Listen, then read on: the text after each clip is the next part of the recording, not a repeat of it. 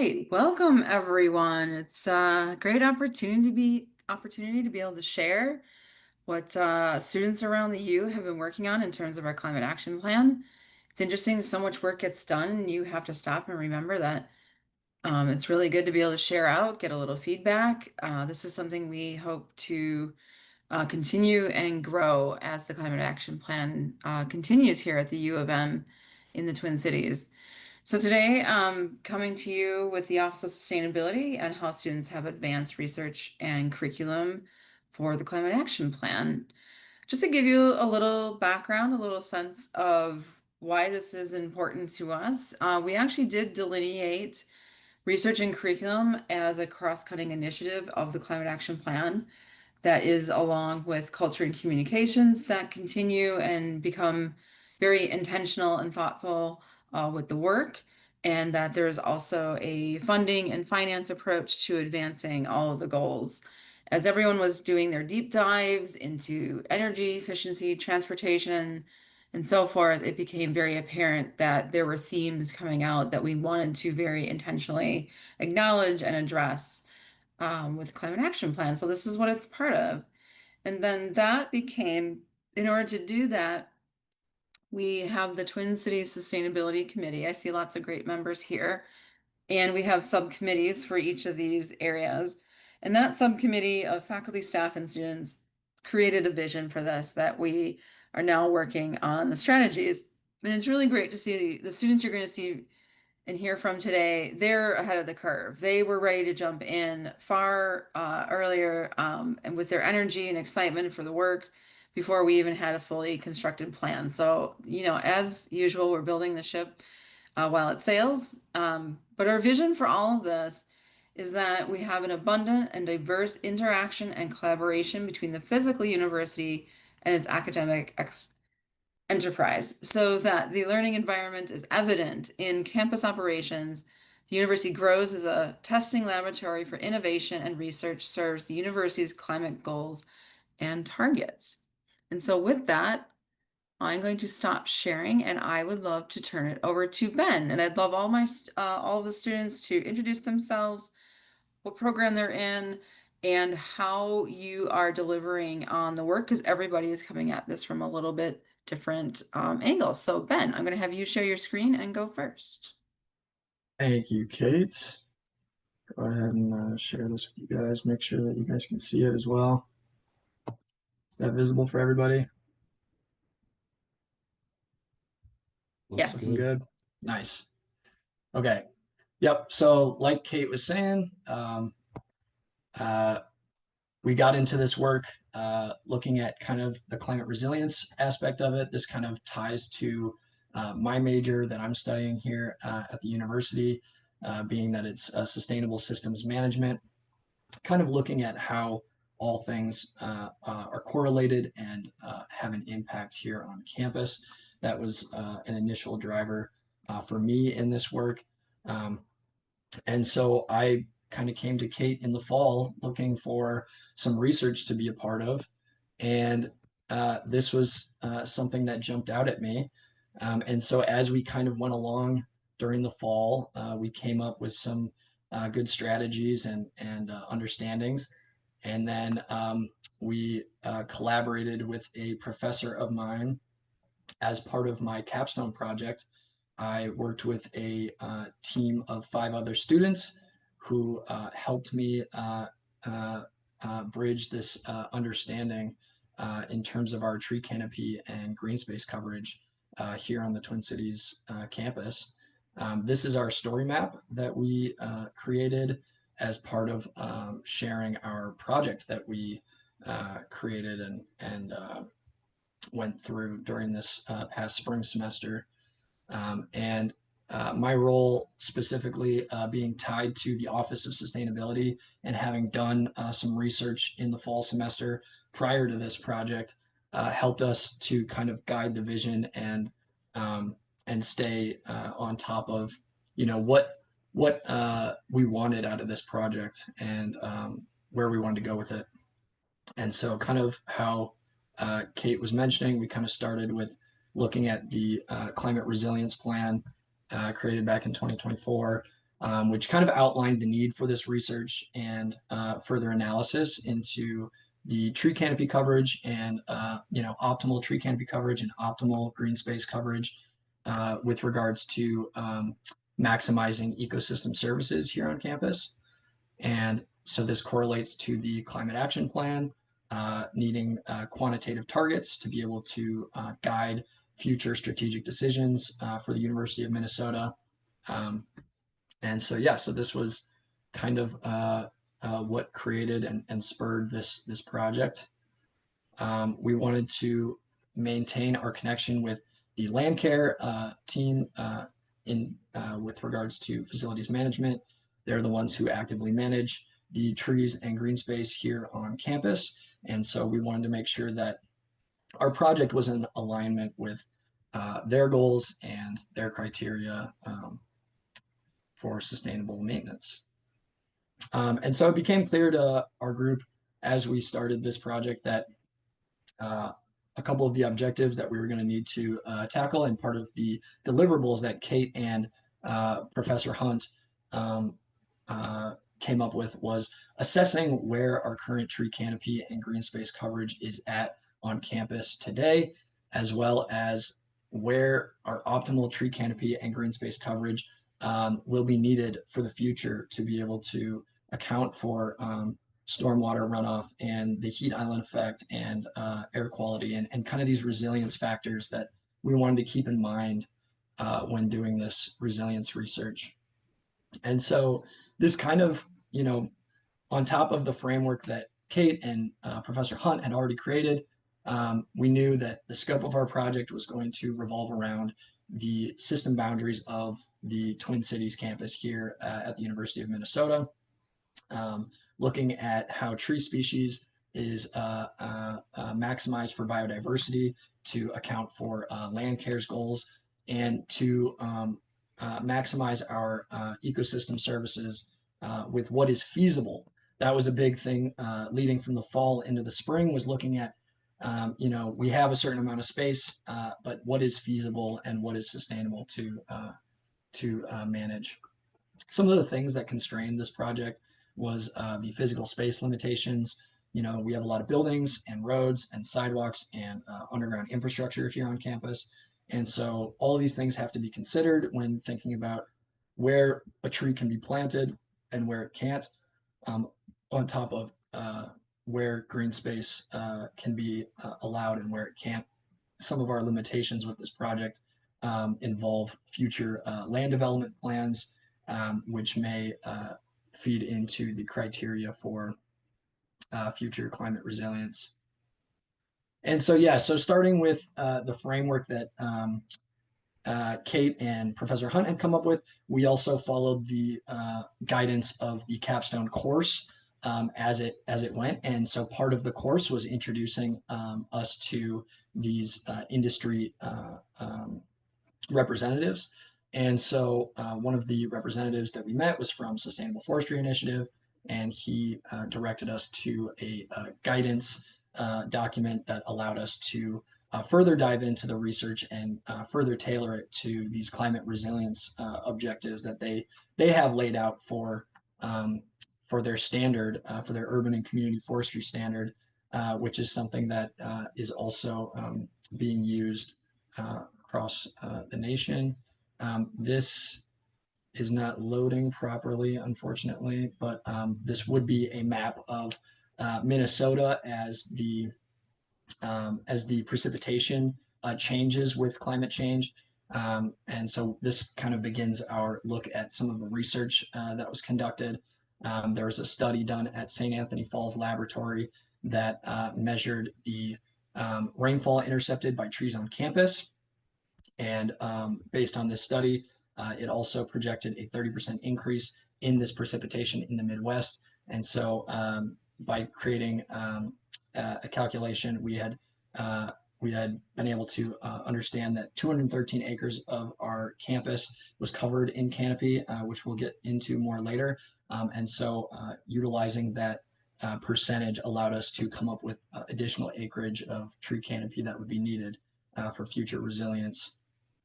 We also took a look at urban heat the urban heat index, and understanding how that plays a factor um, in our project, looking at a study that was done here in the Twin Cities in 2024, which measured that there was a maximal temperature differential of 11.2 degrees Fahrenheit between our campus and the surrounding metro area, um, which also provided uh, um, suggestion for what decreases uh, the Fahrenheit, the overall temperature of a given urban setting, utilizing 500 cubic feet of canopy volume for every 1 degree Fahrenheit. We calculated that to reduce this 11.2 maximal temperature differential, we would need further additional tree canopy coverage. And this will be added up later. Now we're finally to the air quality portion of it, which is um, the air quality index that you're seeing here with provided by the EPA, which kind of breaks down the air pollution scores of both of our campuses and surrounding areas in Minnesota. And although we are in some of the higher percentages of these air pollutant scores, there's room for improvement, and trees further help to sift through these air pollutants and make for a more climate resilient campus. We also took a look and found an article that mentioned the necessity for a certain amount of green space per individual. And so based on the student population and the staff and faculty working here, we came up with an estimate of roughly 135 acres of needed green space here on campus, which equates to about 10% when looking at the total acreage of our campus. And so kind of diving into where we got this data and what kind of tools we were going to use to conduct this study of how much tree canopy, and trying to make a feasible recommendation for the university. We utilized data from the USpatial, which ties into kind of the ArcGIS data, the ArcGIS Online Living Atlas, which also provided data from USDA, USGS, MPCA, along with some of the stormwater models that unfortunately didn't load previously from the Minnesota Climate Adaptation Partnership, and also the iTree data points that we collected utilizing this iTree canopy tool that we'll go into further. So this is kind of what our GIS map was kind of given to us. This was some of the initial data that we were given on the impervious surfaces found here on campus. This was provided by our facilities management. And you can kind of see Huntington Bank Stadium and its obelisk form over here. And just kind of the various sidewalks and buildings and roadways and sports fields and other places where rainwater isn't coming down, and where is not suitable to be planting trees on. And this is a combined map combining all of those impervious surfaces to give us a acreage of 110 acres of green space available, minusing subtracting out the impervious surfaces.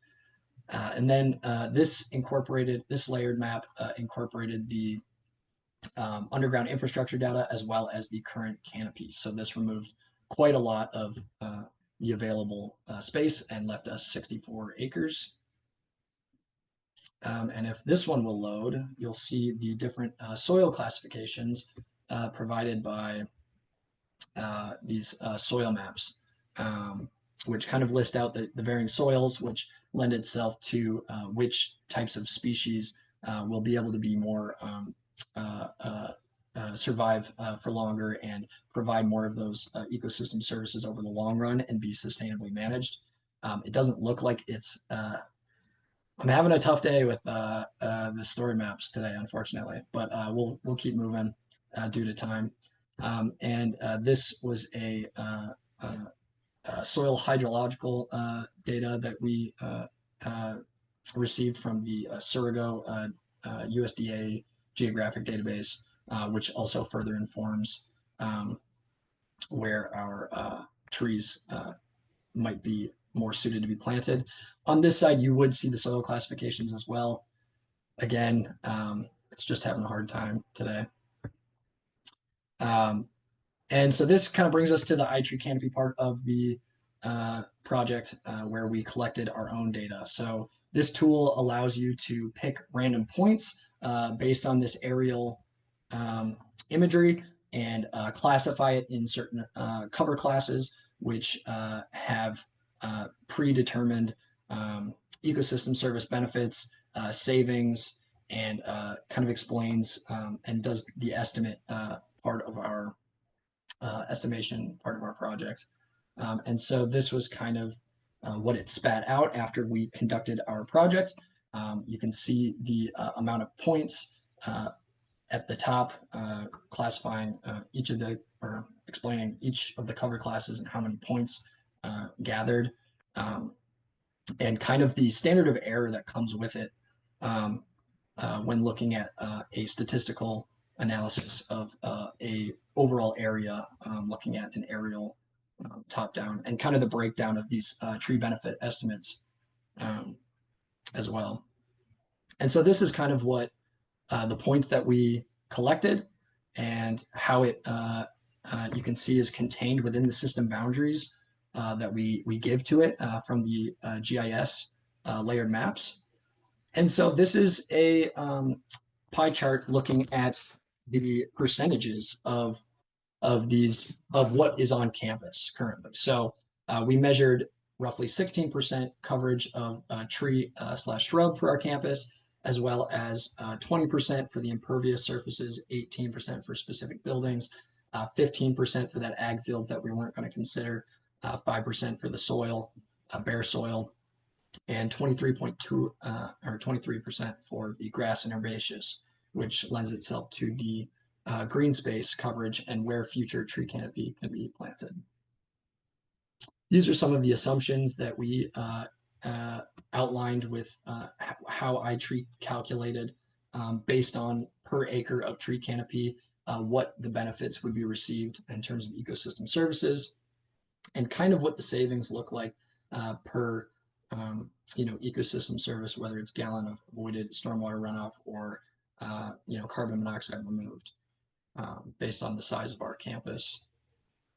And so this kind of leads to our calculation based on our iTree estimate, which is the 16%, outlining that 10,000 pounds of pollutants are removed annually due to our tree canopy. 265 million gallons of stormwater is absorbed and prevented from becoming runoff, and $160,000 in annual savings due to this resiliency. And we'll get into the carbon sequestration in a little bit. And so we plotted out a linear relationship based on what our savings would look like in comparison to what increase in canopy would look like. And based on our estimate and our calculations with our research, we came to the conclusion that 20% of tree canopy coverage would provide an accurate, or would provide the savings and the ecosystem services needed for our campus, providing a estimated $210,000 in annual savings. So from our 160,000, that's an additional $50,000 of additional savings. And so this kind of outlines how we came to that conclusion by taking our 213 acres of tree canopy that we had assessed from initially, and adding our combined assessment of additional acreage needed. Then we came to this 20% from the whole, based on the whole acreage of campus. And so it was interesting to see how this correlated with what was available based on our GIS layered mapping, saying that we had 64 available acres of campus to be able to plant on, and how our ecosystem service analysis outlined that roughly 64 acres are needed as well. And so this is the brief part of mitigation that is more geared towards climate action plan and kind of separate from the resiliency, which was a little bit out of scope, but we thought these numbers were also relevant to the climate action plan and should be included. And so you can see that our 16% tree canopy sequesters 835 tons of CO2e, with over the tree canopy's life cycle sequestering 26,746 tons. And by increasing it to 20%, we would also sequester an additional 230 tons of carbon dioxide equivalent. And so utilizing our model assumptions from earlier, we can calculate that with this 20%, we'd be removing 3,000 pounds of pollutants annually, 75 million gallons of stormwater prevented from becoming runoff, and this $50,000 in additional annual savings that I outlined earlier with that 230 tons of additional annual sequestration. And so kind of summarizing our project, we had come into this with me looking for experience in getting research done on campus, wanting to be involved with sustainability here on campus, and Kate being the overseeing and opportune opportunity creator here on campus, and made this all possible. And so this was our recommendation that we came up with, and just a brief thank you to all of our contributors and collaborators, and people who oversaw this project. It made everything go the way it did, and it was a great experience for me, being able to use this to not only pass the capstone course and make some money during the semester, which, as you know, us students who are pretty busy, it's pretty nice to be able to make some money while you're also working on your schoolwork. But also the fact that I was able to, take this experience in and be able to apply this outside of school when I do graduate here in the fall, the upcoming fall. I know that's a little bizarre. Somebody's doing their capstone before they graduate, but before the semester that they graduate. But this was just more specific to my situation. But anyway, yeah. So again, thanks to Kate and Natalie Hunt and Logan Wickstrom and all the people in facilities management who helped it, um, and my collaborators and my classmates, who some of them are in this chat, and I think I saw Kate in here, another Kate, and so yeah, I'm just really grateful that I was able to have this opportunity. Great, thanks. Thanks, Ben. Yeah, one of your collaborators in your class is here and going to present next, actually. So she's got a twofer going on. Um, thank you, Ben. Ben actually needs to run. I'd love to take one or two questions for Ben before I we see jump a to the next question in piece. the chat. I can maybe start there and then see how much I've got left. I don't know. You said 11:46, maybe a 5-minute warning. What time is it now? It's 11:55. So maybe I should speed this up. Um, so thank you, Carly and Shane. The story map is currently within the boundary of our group. And so we've shared it with John and certain people in the office, and we're working to get Kate shared in with this group. I'm currently working on making all these things available within our shared Google Drive at the office. And so there is a Google Doc with a link to this story map injected in my Google Drive, which will hopefully be able to be available to everybody in the office, and then hopefully as well can be utilized further for maybe the public's information and uh, uh, information gathering. Thank you, Mary. Appreciate it. Thank you, Yvonne. And Nikki, where will these results go next? More trees on campus? Crossed fingers. I'm crossing my fingers right there with you. This is our recommendation for land care, and we'll be coming up with a cost benefit analysis to be able to give further information and kind of narrow our percentage down to like number of trees and how much, those costs play in with labor and the hours needed to plant it. And so hopefully once we have some of those more realistic details, we can also move forward with this recommendation and hopefully see some more trees on campus. So Yeah, this research was directly the first strategy for optimal tree canopy and green space. And so it actually helps inform the next steps. This was the launching pad for further work. And being so tied in with land care and our civil engineers, I really see that happening. So thanks, Ben. Just to keep us moving, I am going to turn it over to Kate to talk about additional solar on campus. Take it away, Kate. Hello, everybody. I'll share in just a second. Let me know if my mic is okay. Hello. Speaking of graduation, I'm graduating in 2 hours, so I've got to get up on if you're wondering about that. Very exciting. So let me pull up my presentation.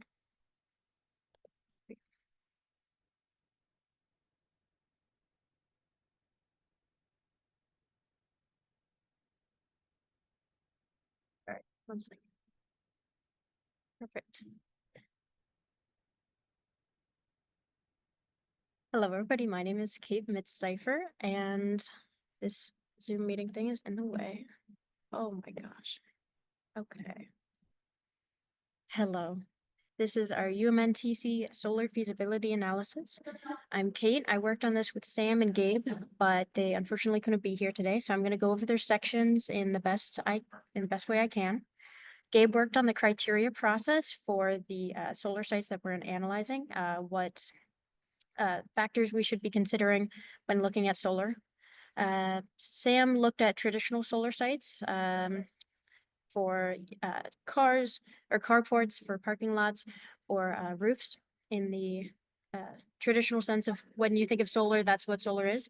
But I took a additional look at it, a technology advanced avant-garde look, and saw what would happen what happens when we run out of roof. Where can we put solar? Where can all of our solar investment go? So going into the criteria, so first is solar potential. Without sunlight exposure, there really isn't any solar. So this one's very important, takes into effect shading, seasonal variations, and directly impacts the actual generation efficiency and overall feasibility. But it's not just about the solar potential at sites. It's about one of the additional things is land use compatibility. So current and future land use plans. Sorry, it's a little loud. I don't know if you guys can hear that. If we want to do a carport somewhere, if we were looking at Huntington Bake parking lot, there's a lot of tailgating there. Would solar carports impact the parking? It's just a lot of factors that you have to consider when looking at the land use currently and what it could be in the future. We want to minimize disruptions and ensure long-term usability. If a building's about to be torn down, we don't want to put solar on top of it. I is for infrastructure readiness, looking at the structural and utility ease of grid interconnection. So a bit more of the mechanical, electrical side of things. The cost efficiency, basically the financial feasibility, installation costs, projected savings, and payback. That depends on kind of the size of the solar installation and also what technologies you're using. And then E is for environmental and aesthetic impact. So ecological considerations such as draining, biodiversity can be impacted by solar. And it's also important to think about just the aesthetic integration of solar. Some people like solar, some people don't. You don't want to put solar in a place that can blind a lot of people if the sun hits it right. So just kind of taking that all into account to balance some sustainability goals with community and stakeholder acceptance. So this is Sam's section. He was looking at traditional conventional solar sites. One of them is, excuse me, St. Paul Gym that had a really good composite score on the previous solar site report that this is all built off on. That report in 2023 highlighted a lot of sites that the university is looking at and potentially green lighting, yellow lighting, red lighting for solar installations. And so this site had a really good score already, and we think that it should be next up in line for solar installation. So it has a 103 kilowatt rating and a large unobstructed roof. There's not a lot of redevelopment pressures, though there could be some issues with it being a potential National Registry of Historic Places building. So just making sure that there's compliance regarding that. There shouldn't be a lot of issues because the solar is most solar doesn't actually like penetrate the roof because of roof warranty and all these other issues that come with that. So there shouldn't be any issues with that, but it's good to keep in mind. For the infrastructure readiness, there's actually a recently installed transformer near the area, so that would be a really great way to interconnect into the grid. But also further assessments need to be made on the roof's current condition. For the costs, again, that new transformer significantly lowers those costs of interconnection. But again, more assessments need to be made once this is kind of in the future, further development. For the ecological impact, there isn't really one. It's already an impervious surface, it's already unused. So putting solar panels there doesn't really impact that. And just making sure that the historical aesthetics are kept when we have the solar panels there. The panels wouldn't be visible, so we're not very concerned about that. So we gave it a pretty good score, 41 out of 50. These are unweighted scores. So in the future, if we're working with these scores, maybe we can add some weight if we want to add more emphasis on certain aspects. The other one is the St. Paul lot, 102. So that's a parking lot that's right when you drive into St. Paul campus, right next to the other carport solar site. It has a good rating of 171 kilowatts because it's a large lot size. And it's next to the 121 stop, the campus connector. And right when you see entering the St. Paul campus, it's right there. So for land use, it coincides really well with the developing nearby solar district or area. There's, like I said, there's panels kind of all around it. So it would kind of be a natural extension of the area's solar development. It does have some issues with nearby utility infrastructure that can cause potential conflict, but with university manholes next to it, tapping into the grid could be a bit cheaper of an option than we think. The only aesthetic impact that we thought of was the biological science building is right next to it, and there could be potential glare issues for people in those windows looking out. So going on to my section, which I'm a bit more knowledgeable about, this is solar technology applications. Where do we go when we run out of roofs? So for solar shingles, it's a really interesting technology. They're sleek, they're seamless. I can never say this right. Seamless and stylish. There's always aesthetic concerns when thinking about solar for residential. Some HOA places don't like the look of panels, and sometimes for historical buildings, like we were talking about earlier, there's concerns with the panels kind of subtracting from the overall aesthetic and look of the building. So with solar shingles, they integrate directly into the roof. It is a BIPV, or a building integrated photovoltaic. So it's kind of wrapped all in with the roof construction, and it kind of gives that subtle look that people really like. So most of them are easy installation where any roofer can do it. It still has like a asphalt part at the top that you can staple into the roof.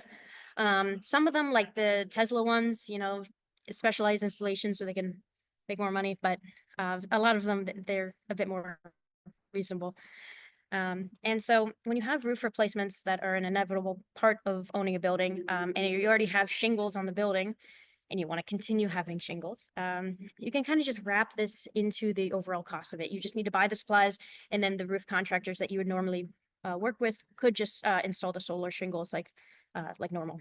It is less efficient, so it's about 14 to 18% versus the 21% that you see from regular solar panels nowadays, and it's about 8 to 9 years longer of a payback. So just something to keep in mind. And where that can be used, I think it would be a great place for McNeil Hall. This is in St. Paul. It's directly connected to the Goldstein Museum of Design. The solar shingles would be a perfect way to kind of emphasize that innovative design, and also kind of university's commitment to environmentalism, but also you know, making sure that it doesn't detract from the look of the building. So McNeil Hall was chosen because it has this large south-facing shingled roof already that is due for a roof replacement, at least according to the 2024 HEBR report and its low facility condition index score. And so I gave this overall a 40 out of 50. There's obviously cost issues with that less efficiency, and because the electrical and mechanical infrastructure is not known to us at the moment, to me specifically. So that's just something to keep in mind. Next, we have wall-mounted panels. A lot of times, roofs are unsuitable, maybe because of the mechanical equipment already on the roof, the size of the roof, or just shading options. Sometimes roofs are built, before solar, was kind of picking up speed. Roofs they can look a lot of different ways that aren't great for panels. So if you have a building with a southern facing wall with no windows, you can utilize that space and also have solar finally be visible. Um, while I was doing this report and looking at potential buildings on Google Maps, I found out that Rutan Hall has solar, and I never know that. I never knew that. I was working at Rutan a lot, and solar is kind of my thing. So kind of like the public doesn't know about these places. They don't know that the university is making all these investments into solar, and to kind of have that be a more visible part of the university it allows users to be more engaged with the idea of solar, and just a great way to use the technology to get some uh, electricity. So usually they're the best degrees for like a vertical wall would be like a 60-degree panel, but usually they're just installed flat because then there's no panel to panel shading issues. They actually work better better in the winter and fall um, than regular roof mounted solar. But then again, that trade off in the summer and spring, it does fall short. So overall, it does have less efficiency, as a Minnesota case study found that vertical had about 32% lower production than a roof mounted. Though I do want to say that study did not account for snow losses, which in Minnesota, that can be up to like an average of 12% annual loss due to snow. So it might be a much more comparable solution than this report shows. Where this can be used is the Children's Rehabilitation Center. If you don't know where that is, that makes sense. It's kind of a unassuming, bland brick building that I feel like hasn't gotten a lot of love. It has a south wall that faces the river on East River Parkway. So that would allow for great panel visibility for people to see this. And also, it's directly south. If you look at this picture, that's like, it's directly south. It's perfect. And has a fairly large area for the vertical mounts. It would also be great if it was a dual mount. So if you have vertical wall panels, you can actually add some roof panels as well. If it was just a roof installation, a traditional horizontal solar panel roof installation, it probably would not be economically feasible. But since the vertical panels and the roof combination could be economically feasible, it makes this building go from unsuitable to solar to suitable. So very exciting for that. The only issue is that the future of the building is a little unknown. It has a low facility condition index, and it might have an envelope remodel, which might mean that maybe some windows are added, or maybe the building doesn't even exist anymore. So we have to just check out to make sure if that's the case before kind of progressing further with that. Some other technologies I'll go through quickly: photovoltaic shades. These are shades that have solar tracking and solar panels built into the blinds. It only needs external insulation and lasts at least 10 years. Sorry, I got the hiccups. And gives you like live data monitoring. Um, I'd say it works best for study and office spaces. That could be Kauffman Memorial, that could be administrative offices around the UMN.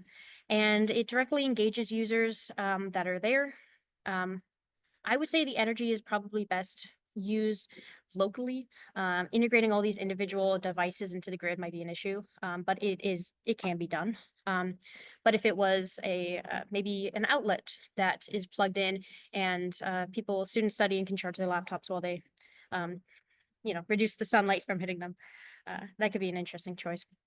It also has the additional benefits of reducing HVAC costs because it perfectly gets that sun and kind of absorbs it for its own use. And finally, I think solar art should be utilized more at the University of Minnesota. It's a very visible kind of commitment to sustainability that engages the students, engages anybody who's visiting, and allows for a big collaboration of potential kind of departments, alumni, current students. That could be design students, electrical engineers, mechanical engineers, all coming together to make something like this solar flower that I really love. Again, that could power outlets or decorations around it and allow people to kind of, maybe it's like a study spot. It'll allow students to kind of have that hand hands-on solar experience that I think could be done more.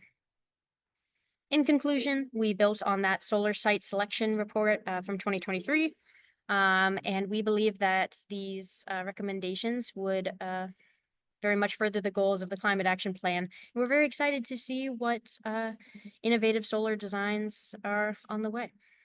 Thank you. Well, thanks, Kate. I know you have to go have a party and graduate. So does anyone have any quick question for Kate before she, goes on to her next journey?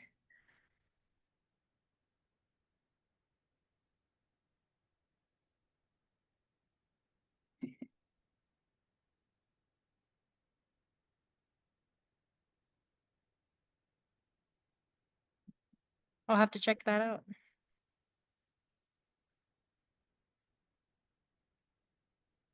All right. I think Curious.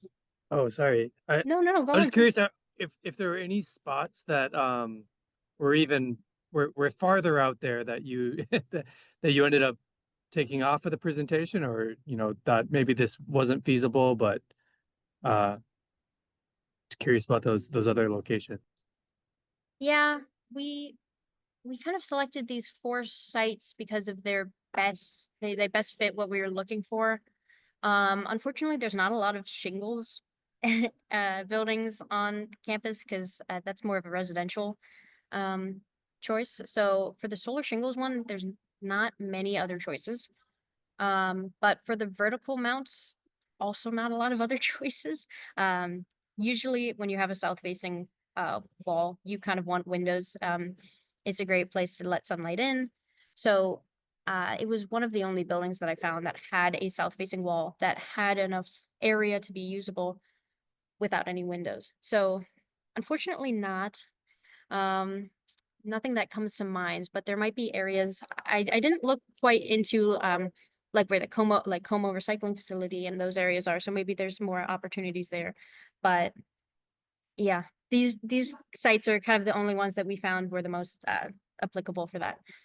But there's a ton of other sites on the solar site recommendation report for the conventional solar that has a lot of potential. It's just not the lowest hanging fruit.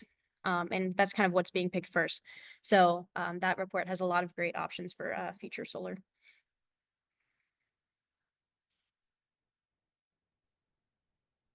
Great. Good stuff. All right. Yes. And we are moving forward with 9 other traditional sites at this time for everyone to know about. And we even told Kate we should do a big block M with our wall mount system. How fun would that be? That'd be so fun. If we do that, we're bringing you back in. So Let's go. all right. Thank you, Kate. And we will move on to Yvonne. All right. Take it away, Yvonne. Thank you. Let me just share my screen.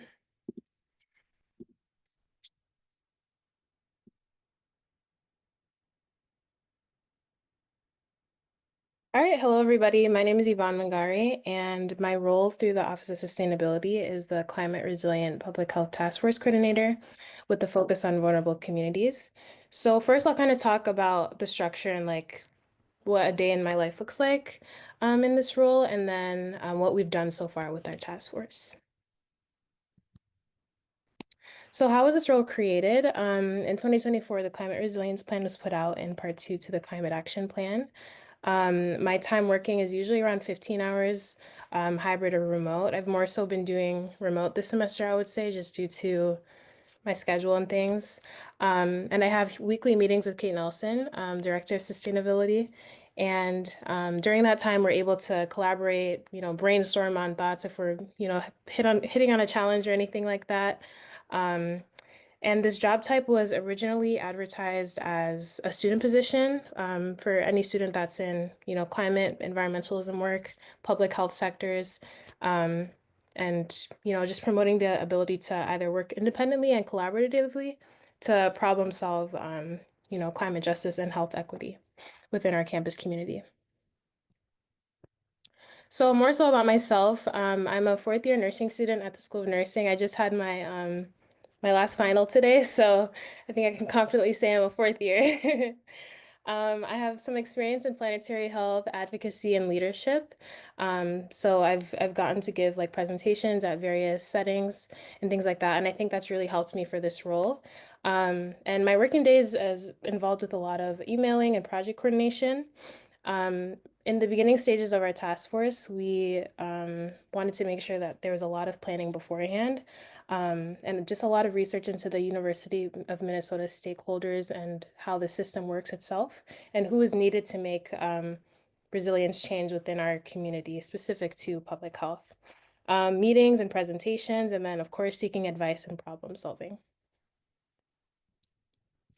So again, the task force is straight out of the resilience plan. Our focus is within the campus community. So we've honed in on 6 identified vulnerable populations. So this includes people with financial vulnerabilities, health vulnerabilities, accessibility vulnerabilities, if they're hybrid learners, people that are working outside, so agricultural workers, and anything in between. It's supposed to be specifically within, or it involves anyone that's students, staff, or faculty, or even visitors, whoever is interacting with the University of Minnesota campus community. So our strategies from the resilience plan is to firstly create and implement a task force with representation from all vulnerable communities. This was important because we want to make sure that the people that are within the task force are somewhat of key stakeholders and are able to influence some change within our campus, but we also wanted to make sure that they're either working for or serve people that are vulnerable in our campus. Our next strategy was to build and maintain bidirectional communication with vulnerable communities. So in doing this, we're trying to have focus group sessions where we're interviewing people that identify within those vulnerable communities I mentioned, so that they can bring the problems that they are suffering from, so forth, whatever weather disasters are going on within our campus community, and they can say, oh, I need this, I need that, and they can be the one that drives the work that the task force does pertinent to the strategies. So the next strategy is to create and support climate hazard education for staff who inform and influence impacted communities in relation to their work. This strategy is again to support education around climate change and climate hazard education so that staff and people that they serve or students are able to be more climate literate in what's going on in our campus community and how to safeguard themselves in the case of some sort of weather event or to meet the basic resources that they might need. The next strategy is to ensure campus resource basic needs are met under duress. So considering housing, transportation, and food, we want to make sure that everyone in our campus is able to meet those needs. They should meet those needs normally, but specifically under duress is what we're trying to uphold. And then enhance and expand access to external resources. So this could be, just bringing light more resources or more access to people that might not know that there are things within our campus to make them resilient to any weather changes or basic resources that are being undermet. And I think having those task force members be, key stakeholders really helps. So we'll be able to create some sort of deliverable at the end. So more people are aware of what they can use within our community to be resilient to climate change. And then lastly, reflect on recent events for lessons learned and act on insights in order to come back even stronger. So back to the focus groups, we're using focus group participants to assess what is needed within our campus community in order for them to be resilient. And in doing this, we want to make sure that we're participating, or we're having them participate again once the task force is, finished or completed. It's not meant to just be a thing forever. So we want to, again, make sure that we're able to have them reevaluate what strategies we were able to bring to our campus community, if their needs were met, if they weren't met, and so forth. So the uniqueness to my role is good yet challenging. In the beginning stages, I felt like it seemed like, you can plan so much, especially within resilience work, but the actual execution or implementation can be very difficult. So Kate recommended I create a work plan which had all of the strategies from the previous slide, described who is doing what, all of that. So it was really helpful to us.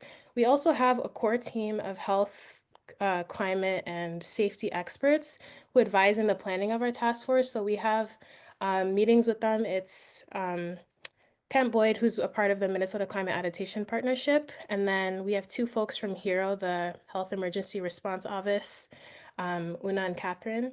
And then Michelle Trumpy from Boynton Health, who's the Director of Public Health over there. So they're able to help us, make our task force more feasible and determine, who has what step in this process. So whose role goes where? Firstly, starting with our focus group members, in the beginning stages, we wanted to make sure that everyone's role was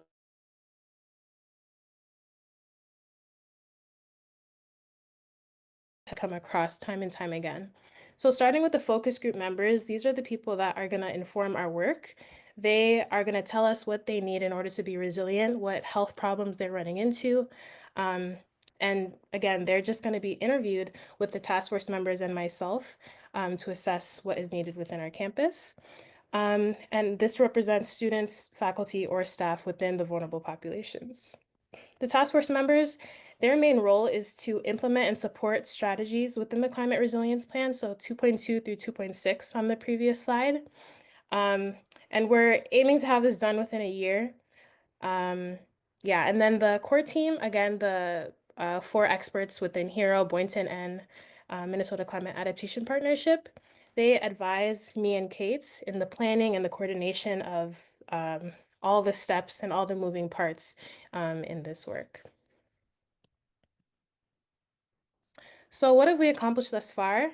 Like I said earlier, we created a work plan which was able to, bring out descriptions into each of the strategies from the climate resilience plan.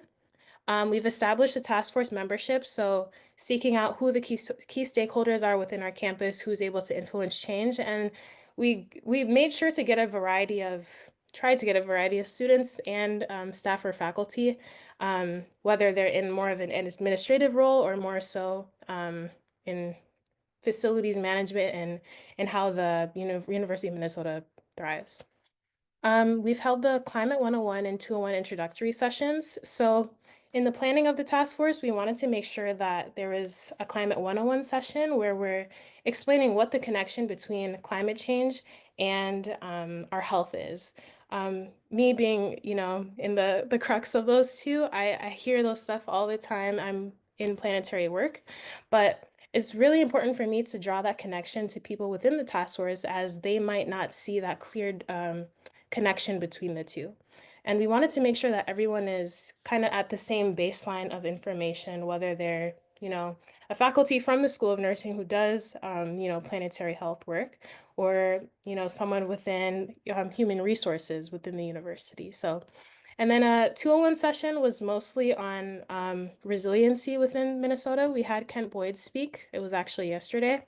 And he again, he works for the Minnesota Climate Adaptation Partnership, and his role was mainly to describe what specific resilience efforts we can make individually, how it affects us, and really draw the connection between ourselves and the campus, and understand what our relationship is to it. And if we are making any adaptations to our daily routines within the campus community, because a lot of times we are doing compensation mechanisms, but we don't really know. It's just something we have to do in order to survive within our campus. We were able to submit grant applications for the focus group compensation. I wanted to make sure that focus group participants that were being interviewed are able to, be valued for their time. One of the grants was unfortunately deemed ineligible, but I applied for the mini grant through INE, so we're having our fingers crossed for that.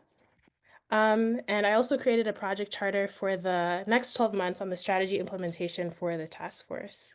So now we're currently looking for task force group participants to be interviewed and create the work that we do and, drive our task force towards implementing these strategies. Thank you. Right. Thank you. I went off camera just for my internet connection. Um, any questions for Yvonne?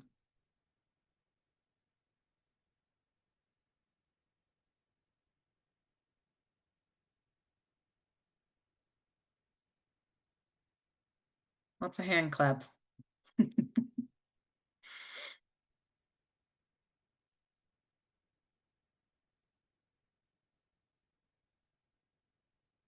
All right. Well, see, you must have been perfect, Yvonne, because like you covered everything.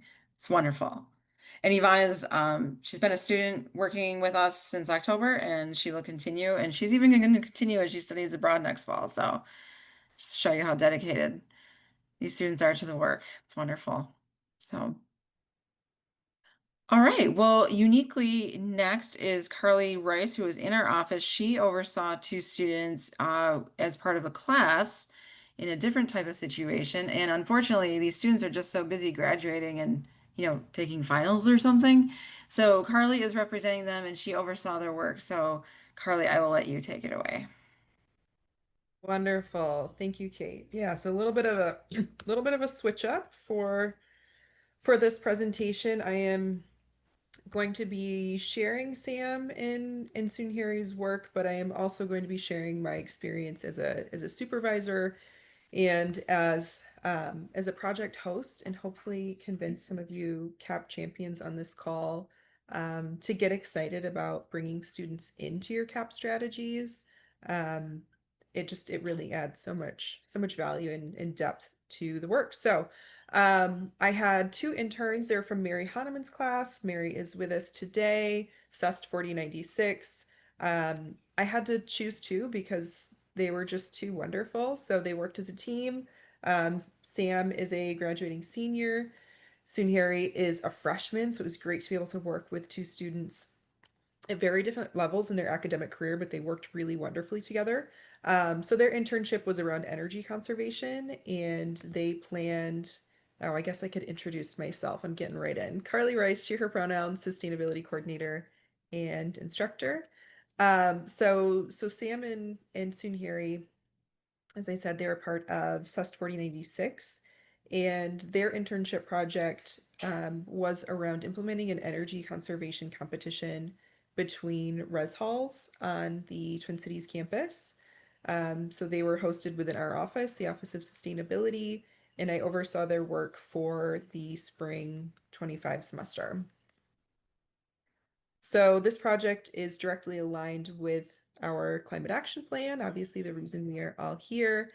So their project was aligned with one of our energy demand strategies, and goal number 2, reduce site energy use intensity from existing buildings 35% by 2033. And the strategy in which they were supporting was strategy 2.7, participate in behavior change campaigns. Some key partners that we were working with, housing and residential life. Obviously, we were working within residence halls, so it was really important to get housing on board early, and they were really wonderful and supportive to work with. I believe we have Nate on the call here today. He helped us with some promotion, so they were really a wonderful partner. The other being energy management. We were working directly with energy data. So energy management was another wonderful partner. And then M Food Co helped out organizing some tabling for our students to get out and do the outreach and get students who are living in residence halls to sign up for this competition. And the students did a really wonderful job communicating with all three of these groups. I really kind of like left them to make these connections and communications, and have these meetings with these groups a little bit on their own. And they really handled it well, and their professional communication was one of the things I was really the most impressed with throughout their internship process. So digging into their project a bit, they did put together a final presentation slideshow, which I can share with you all, that digs more into the nitty-gritty of their internship project process. But I just kind of want to share some high level with you from the perspective of a supervisor. So the goal of their project was to implement a successful energy conservation campaign across UMN residence halls. So that kind of started with some student outreach to get students to sign up for this competition. So they created this campus conservation challenge, essentially pledge, where students would sign up, provide their email, and commit to attempting to decrease their energy for the first 3 weeks of April. They created some really great graphics. They also sent out some weekly digital signage to our residence halls that they put up in the halls. We sent out a weekly email. So they really wanted to work on kind of keeping the momentum up and making sure this isn't something that students sign up for once, at a tabling event and then completely forget about. So they really kind of thought long term about how do we keep up the interest and motivation. And we did offer some prizes, which I think is always motivating to our students. So that's kind of where their work started. A little bit on their internship structure. It's maybe more interesting to staff and faculty who may be on the call if you are interested in doing something similar. We do have a really nice structure that we've put together that we would love to share with you and kind of coach you through if hosting a project like this is something you're interested in. So Sunhiri and Sam, like I said, they worked throughout the spring semester. They each had to work about 60 hours for their course, and we set them up with weekly meetings, with a lot of structure initially and frequent use of Google Chat. I know sometimes students do not like to use it. Thankfully, these students did, and that was really great to have kind of an immediate way to check in with them um, outside of those weekly meetings. And here's that structure I mentioned on the right. Again, this is something that we would love to share with folks to help them set up these types of student projects for themselves. I won't dig into that. It's a lot of text. It's just kind of a nice way to outline, which climate action plan strategy or resilient strategy they are connecting with, what goal they're aligning with, and come up with some implementation steps, some goals, some learning objectives, deliverables, partners, those types of things. I think this type of structure right off the bat when working with students is really vital to get kind of the work product that you're looking for. So that was kind of the setup, and I'm going to share a few slides from Sam and Sunhari's presentation. I really loved this slide. They actually took some inspiration from the climate action planning process when kind of figuring out their project management, which I thought was really great to see that they'd actually opened up this document and looked over it. That was a win for me. Um, so they took some pieces here, and here again were some of their partners they worked with. I was just thrilled to see that they kind of found this strategic framework and kind of used it as inspiration a bit in their work. Just another slide from their presentation. This was their executive summary. So if you're curious about the outcomes of their actual event, this was the first competition of its kind, at least since I've worked at this university. We may have done something in previous years. Those of you who have some more longevity here on campus, maybe this is something we've done previously. And funny enough, Kate, who just presented, was a part of a very small pilot of this program that we did last year. in spring of 2024 that they did just within Bailey Hall. So it was nice to be able to see kind of a full circle moment where we had this initial pilot, and now this year, again with the support of students, really ramped it up to something that we're seeing some real impact with.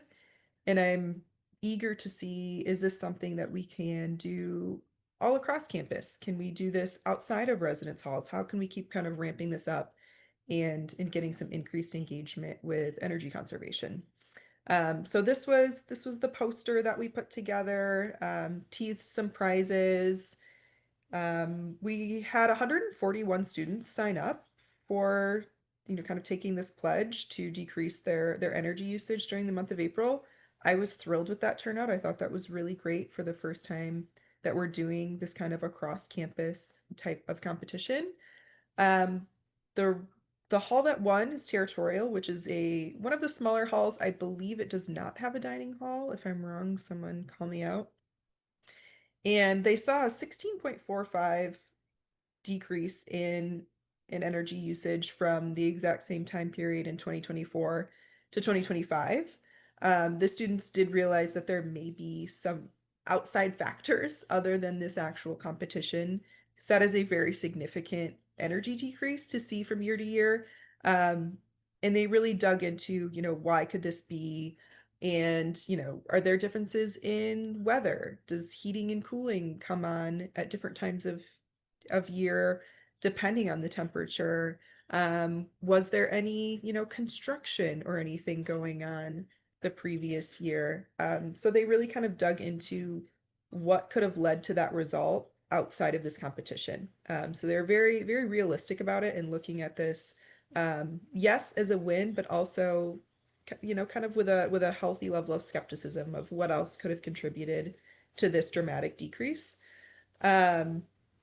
But overall it was a really great learning experience for myself and for them to see kind of what worked, um, what didn't. The goal here is really engagement, it's awareness. I think the decreases in energy are kind of a cherry on top for me. It's wonderful to see these decreases. Obviously, that is directly aligned with our climate action plan goals of energy efficiency and, decreasing energy use intensity in our buildings. But my goal here was really getting students to think about, when I plug something in, I'm using energy. I want them to be aware of the concept of vampire energy. Start thinking about, oh, if I use a power strip, I can just turn this off. Or when I do a load of laundry, I can use cold water. Just kind of getting these things in their mind really was the goal to me. And I thought that this was very successful in that way. So these were our results from our halls. Obviously, Territorial with that very dramatic decrease. Centennial was down 5.4 and 17th Ave down 4.6. Some other things and recommendations that they made in their final report and presentation were dealing with how can we make this competition a more kind of fair playing field, and how can we get more accurate results? Obviously, we have large halls like Pioneer that are very new and very energy efficient, but they also have a very large dining hall, which is energy intensive. So thinking about, can we kind of compare like to like more in future years? Could we compare halls that have dining halls together and halls that don't together to kind of even the playing field and get a more nuanced sense of actual energy use intensity and reduction? But this was a really wonderful kind of first pilot. We kept it simple. We just looked at electricity. We would love to look at water usage in the future. Unfortunately, we do not have that information available on a weekly basis, so we weren't able to look at that. So Sam and Sunhiri really had a very critical eye at thinking about, yes, this was successful. How could we make it more successful in the future? What types of recommendations can we make? So their level of critical thinking with this was really impressive. Some of my takeaways as a supervisor, I love working with students. It's my favorite thing in the world to do. And I really do think that involving students in climate action planning work just adds an additional depth and value to the work. Obviously, we want to see results. We need to see those emissions dropping. We need to get to net zero. That's the bottom line. But we are an educational institution first. Our students are why we are here. So if we can pull them into this work, even if it kind of slows down the work a little bit, I think it can be very, very worthwhile to kind of to add in that additional engagement and awareness for our students, and gives them such a wonderful hands-on experience as well. Something else that I come across in my work with students is the importance of structure and setting expectations. Um, like I said, we've been working on kind of an internship structure for these climate action plan and climate resilience plan projects. And that really helps for students to be aware of what are their goals, what are we hoping to get out of this, and setting those expectations very early. Um, and the last thing is that students are really capable of producing quality work that goes beyond, oh, this is just a student project. They're learning something that's a win in itself. It really does go beyond that. And I think some of the projects that we just saw highlight that very well. Um, to see that they can produce work that is very useful, that is very tangible. They can create strategies that we can plug into this climate action plan and use, which is wonderful. So it's really just a win-win in my mind. So I'm hoping that I'm convincing you all to want to work with students more. That's my goal here. And if you're curious to see more about the details of Sam and Sunhiri's project, I have a lot of different things I can share with you guys. If you want to dig into the actual data, we have that. We have some reports. And Sunhiri wrote a really wonderful blog post that's up on our website. So that I believe is, yeah, so that is all I have for you. Any questions on Sam and Sunhiri's project?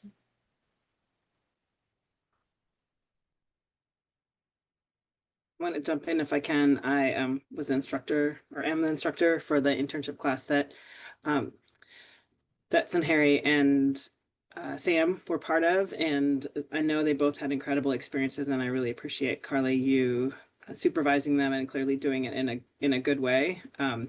So I want to thank you for that, and also if there's anyone else who's interested in hosting an intern and wants to check in with me, I'd be happy to help support you in finding a student if you're interested in that. I also have a question, and that's around the like super high, I shouldn't say, the considerably higher amount of energy savings. Do you feel like there was a answer found? I mean, and I understand that, some of that is beyond the scope of kind of their work is trying to understand. It sounds like they dug into it, but was there an answer as to far as like why there was such a improvement in that one building? Yeah, great question, Mary. And I think if these students had, if they're staying on with us in the summer, I think that's where this work would go next. They did reach out to Christy Feist in housing. I believe Christy was going to look into that. I'll need to follow up with the students to see if they had heard, but they were looking for, yeah, any reason on why that decrease could be so dramatic. My guess is it's probably relating to weather. I don't know if anyone from energy management is on this call. Oh, Joe is on this call. Hey, Joe. So Joe worked with our students, provided all of the data. Joe, I'm going to put you on the spot. Any ideas on why we saw such a dramatic decrease in territorial? Just any kind of initial inklings on what could have been? Sorry, I'm eating my lunch.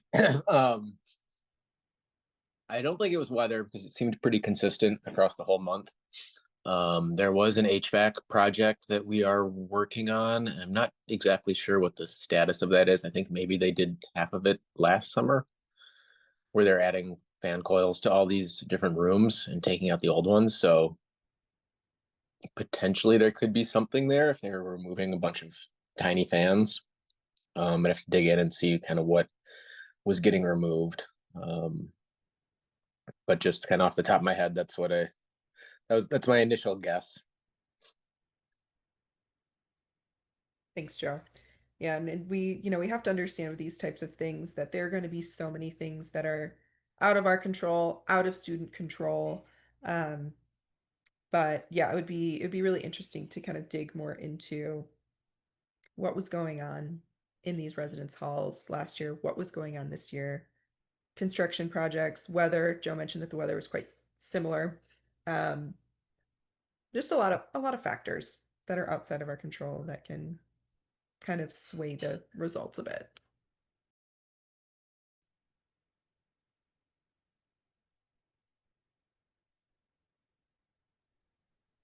Carly, did the students look at the percentage decrease per building compared to um, how many students participated in each building?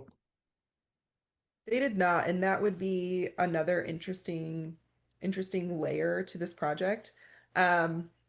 We do have the information of like how many students signed up from each hall.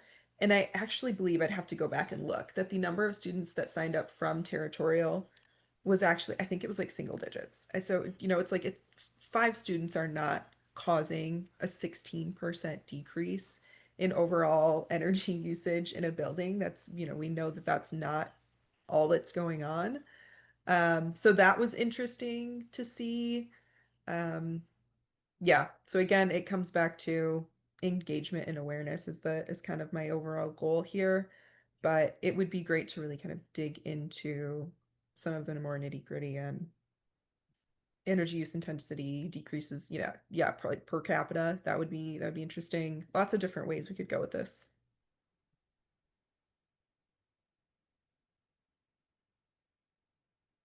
I'd love to open it up to questions and thoughts people are having about the whole of this and getting students engaged. We have faculty, staff, and students on this Zoom today, and it's this dance between finding productive work for the students that meets the criteria for a class and making sure we're getting results. I think all these projects have shown we're really getting real world work done and learning at the same time. I think that that's really the connection.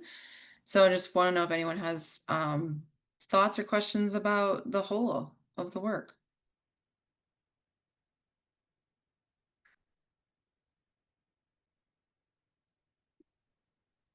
I agree. I think the caliber of the student work was just very, very impressive.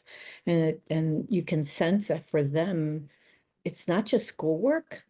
There's a little bit more investment for them. This is their world and they're young and they really feel that need to do something. So I felt for them because they have so much on their plate right now.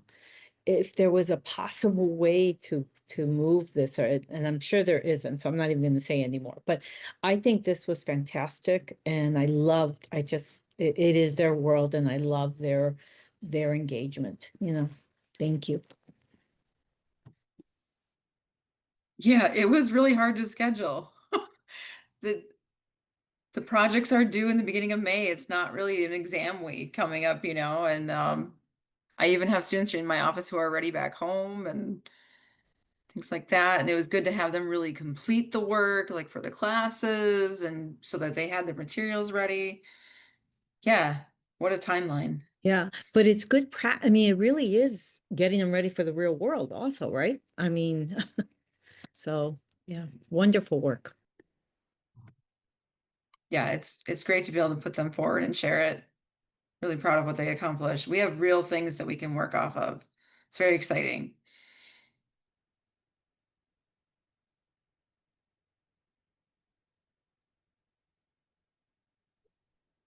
I think this is a great example of how students can contribute, or like, the idea of a living lab. And so it might be good to be thinking about these as examples of, the campus as a laboratory for the students to develop their skills. And hopefully I mentioned in the chat, I feel like, Carly's last points about, well, the the student impact on this change might not have been what caused, like, likely, right, wasn't the cause of the huge change, but the opportunity for students to like have access to that data and learn from it and be able to learn about how to ask the right questions, and for them to also provide, more information for Carly and others to follow up on and say like, okay, there's savings here. What's causing these savings? Are there things that we could replicate in other places? What can we learn? Can we learn from, what the data is telling us? So I think it's a great example of how having students dig into a project can maybe provide a springboard to other projects too. So hopefully looking forward to hearing more and happy to collaborate with others too. And congrats to the graduates. It's an exciting time. I'm seeing them walk by the window here as All right. Any final thoughts? Well, I really want to give my congratulations to the students. It's just been such a wonderful year with their engagement. We always have students in our office, but this is just really channeled the vision of the connections are really channeling what work we do, and I appreciate it. And they're feeding into how we do things. Carly and I and others are learning so much as well about taking students on the pace that things can go. And I usually say go slow to go fast. So you might take some more time, like going through the motions and being more methodical, but then wow, you get a really great result that is informed by students to really make the action happen and be worthwhile. So I thank them all, and I thank all of you for joining us. I really appreciate it. It's great to have an audience to share this work. If people want to hear about it, it's really important. And I hope you all enjoy the graduation season in your own way. Isn't it great to work in higher ed and be a Yes. student and just feel that energy right now is really something to feed off of. So Hats off to those students. Agree. absolutely. And go outside, enjoy the weather yourself and all the excitement. So we'll see you all soon. Bye-bye.